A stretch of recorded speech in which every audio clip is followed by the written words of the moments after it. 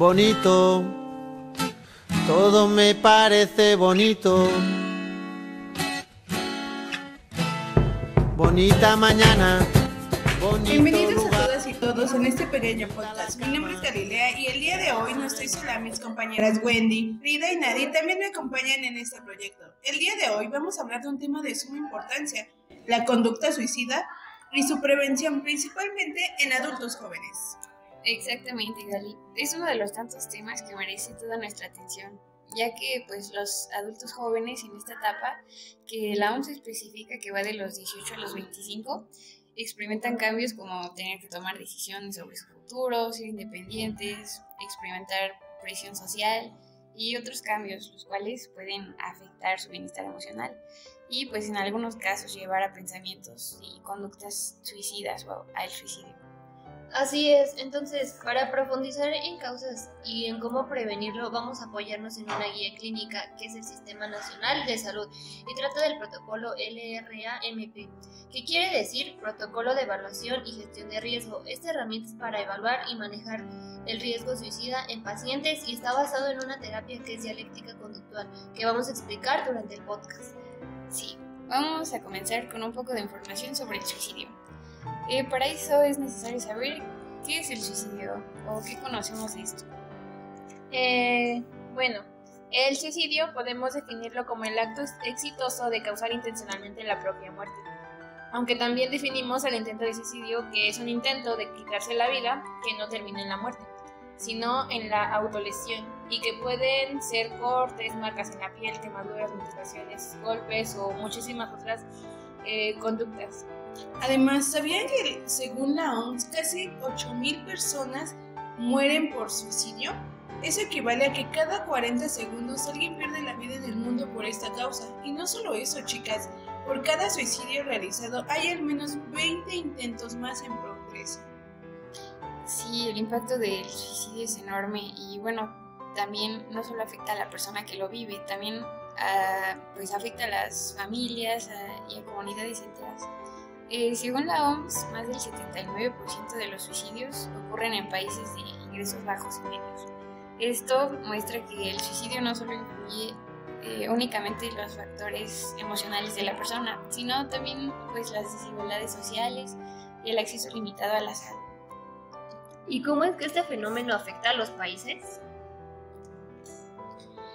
Pues empezamos en la familia. Cuando alguien se suicida, quien lo rodea vive un duelo muy complejo, el cual es importante dejar en claro que pues no todos lo viven de la misma manera. Claro, y no solo afecta a la familia directa, sino también a los amigos, compañeros de trabajo, escuela o vecinos. Además de que puede ser un factor para que los demás jóvenes lo consideren como una mejor alternativa. En efecto, hace unos meses yo presencié una situación de suicidio, en lo cual tenía un amigo que pues era muy bromista con respecto a que ella se quería quitar la vida y con respecto a que ella no quería estar aquí.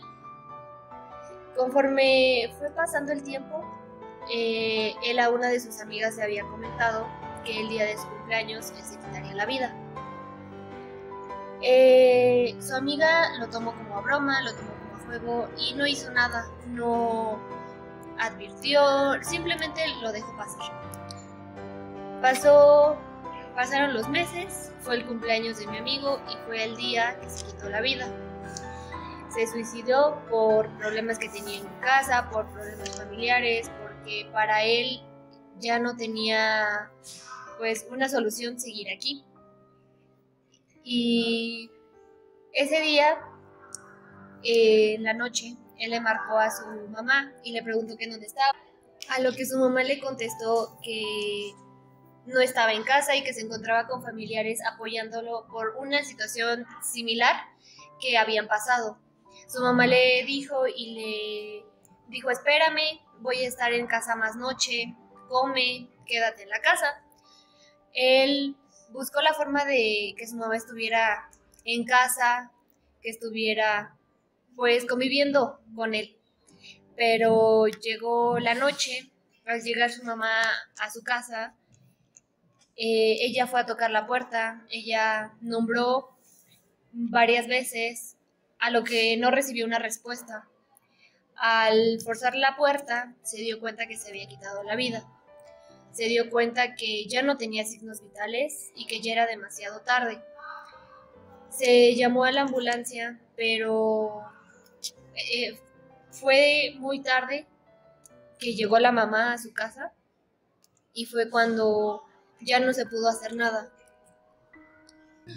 ¿Y eso cómo lo tomó la familia? ¿Cómo es que reaccionó a esta situación? ¿O cómo es que lo han vivido?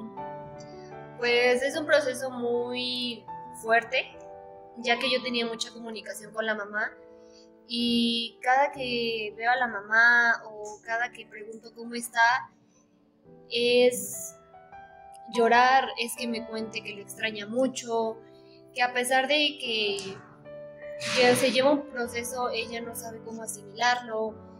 Yo, pues, al momento de verla la abrazo, le digo que, pues, cuando quiera, ella puede decirme, puede contarme, puede llamarme, puede ir a visitarme a mi casa, porque, pues, yo tenía mucha comunicación con su mamá y tenía, pues, cercanía hacia ella, a lo que su mamá de mi amigo, siempre que me ve, siempre que me encuentra en la calle, me dice que extraña mucho a su hijo porque le recuerdo mucho a él, por todo lo que vivimos juntos, por todo lo que experimentamos juntos.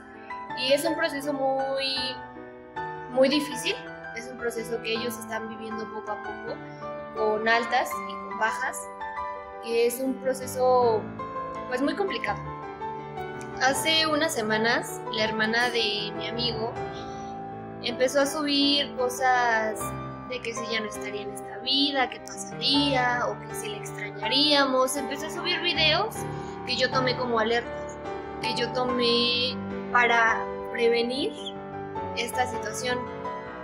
Yo, al momento de ver estas imágenes, frases, estos videos en internet, yo lo que hice fue contactarme inmediatamente con su orientador, ya que no tengo como tal el número de su mamá. Empecé yo a contactarme con su orientador, empecé a buscar alternativas para no dejar pasar el caso y que no se vuelva a repetir el mismo caso que su hermano. Su orientador me comentó que ya habían hablado de esta situación con su mamá, a lo que el orientador inició una campaña para prevenir otro suicidio. Gracias por compartir con nosotros el público, Free. Sabemos que es algo complicado de contar, pero tu honestidad es muy valiosa, la verdad. Tanto para nosotros como para el que esté escuchando este podcast. Sí, en verdad muchas gracias, Free, por platicarnos su experiencia. Y también por pedir ayuda a un tercero para evitar otra muerte. Eso es algo muy, muy valioso de tu parte. Nos da a entender que eres una persona que valora la vida de los demás. Y bueno, nos tomaremos un break, pero no se vayan a ir, ya que regresaremos con más información para ayudarte a ti o a un familiar que estés pasando sobre esa situación.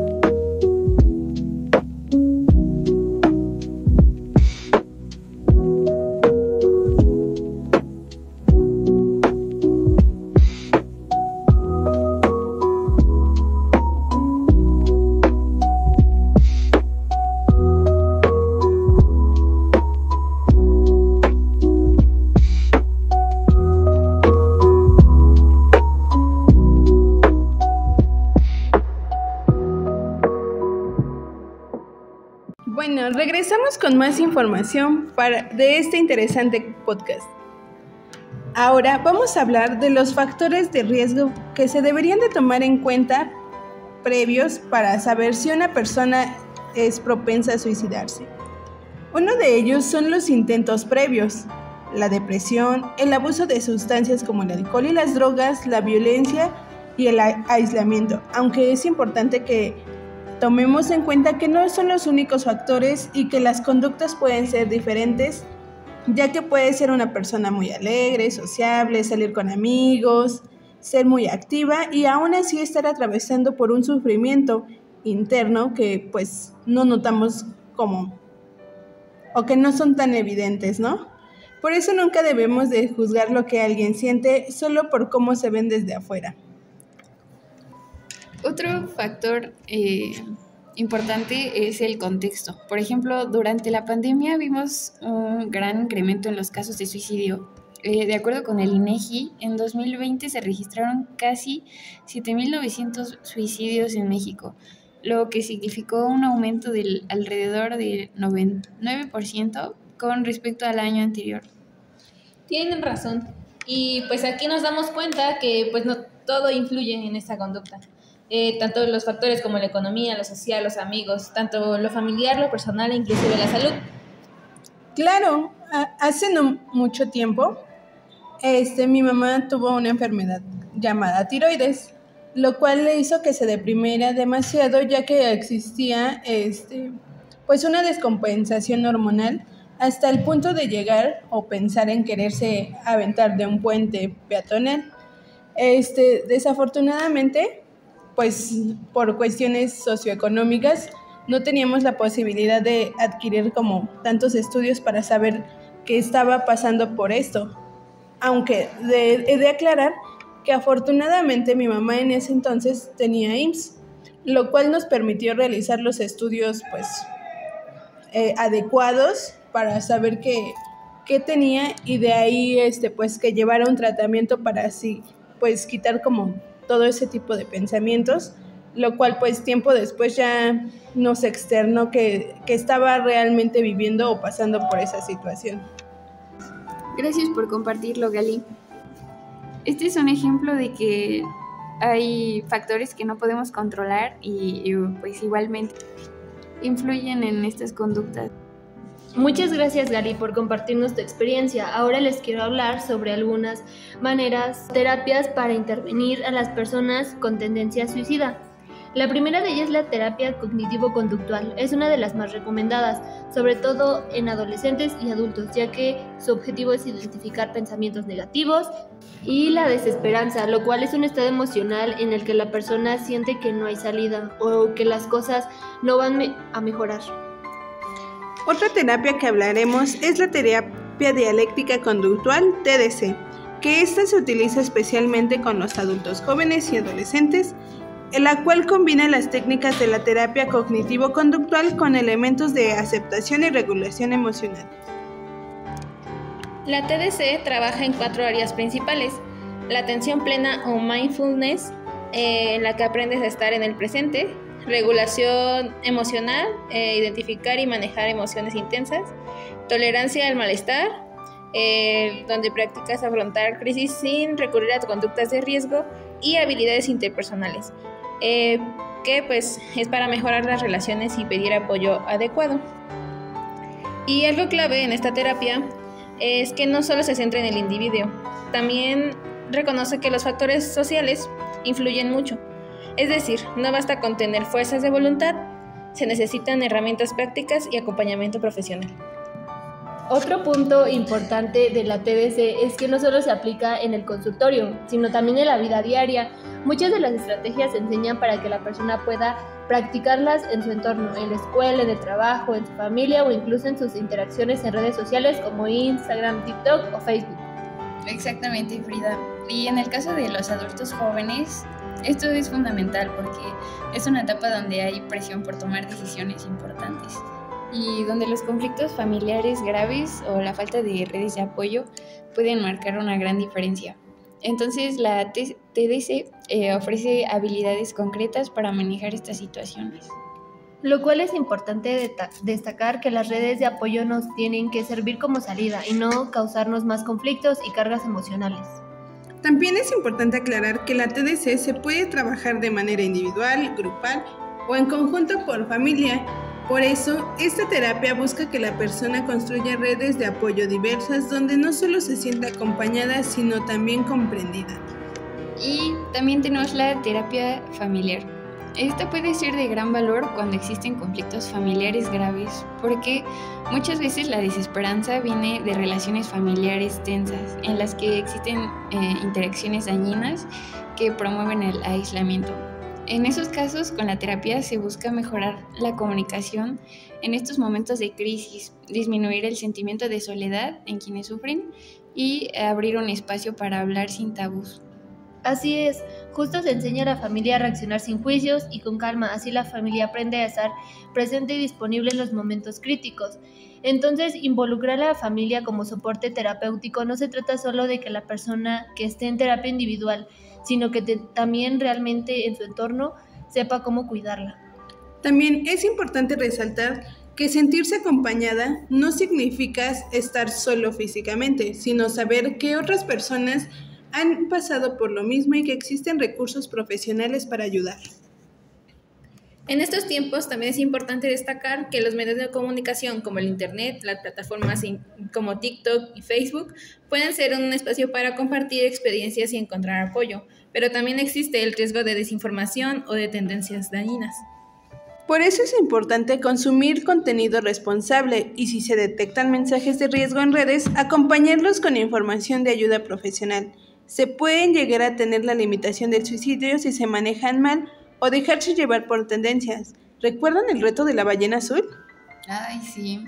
Esto, bueno, tuvo un gran impacto. Me acuerdo que cuando iba en la secundaria, pues nos lo presentaron y quedé muy impactada porque, bueno, ahora ya después de investigar,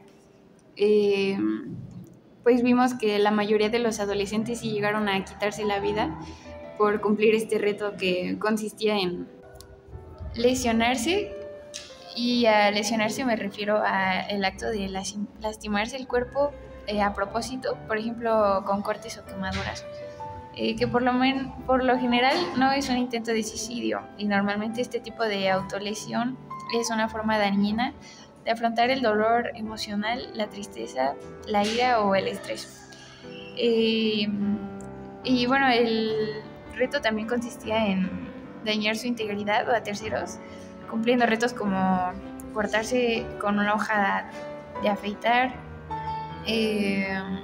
pararte al borde de un techo, ver contenido psicodélico, escuchar música específica que enviaban los responsables de difundir este reto, y pues estaba fuerte. Entonces realmente se debe tener el control suficiente para poder llevar las redes sociales con precaución, ya que son herramientas muy poderosas que en la actualidad muchas personas ocupan con fines negativos. Tienes razón, muchas veces por los medios de comunicación encontramos información que promueve las conductas que afectan negativamente el bienestar. Pero un punto que debemos resaltar de estas en sí es que si en algún momento de tu vida tú llegas a buscar como información sobre suicidio o cuestiones así, de ellos directamente te llevan a páginas de apoyo. Sí, por ejemplo, cuando buscas en Pinterest o en TikTok información sobre este tema del suicidio, aparece una pestaña que te pregunta si necesitas ayuda, o incluso en ChatGPT, cuando le preguntas cosas relacionadas a esto, te ofrece ayuda y te pregunta si estás bien. Sí, eso es importante. Lo comprobamos la otra vez que le preguntamos a Chat de este tema y nos preguntó que si estábamos bien, y también nos dio números como el de la línea de la vida y así. Y bueno, como último punto importante, hablaremos sobre la prevención, en la cual tenemos una herramienta clave que se llama cribado del riesgo del suicidio. Y bueno, ¿qué es el cribado? No es un diagnóstico, pero es una forma de identificar a personas que pueden estar en riesgo para poder evaluarlas más a fondo y darles ayuda a tiempo. En atención primaria, los médicos tienen un papel muy importante. Se estima que entre el 2 y el 3% de los participantes presentan ideación suicida en el último mes. De hecho, el 75% de las personas que se suicidan habían visitado a un médico el año previo y el 45% en el último mes. Sin embargo, más del 80% no fueron identificados a tiempo.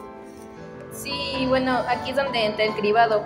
Tomando de referencia nuestra guía, aunque los estudios son limitados, se ha visto que herramientas como el Symptom Driven Diagnostic System for Primary Care o el Primary Care Evaluation of Mental Disorders ayudan a detectar casos ocultos de riesgo suicida.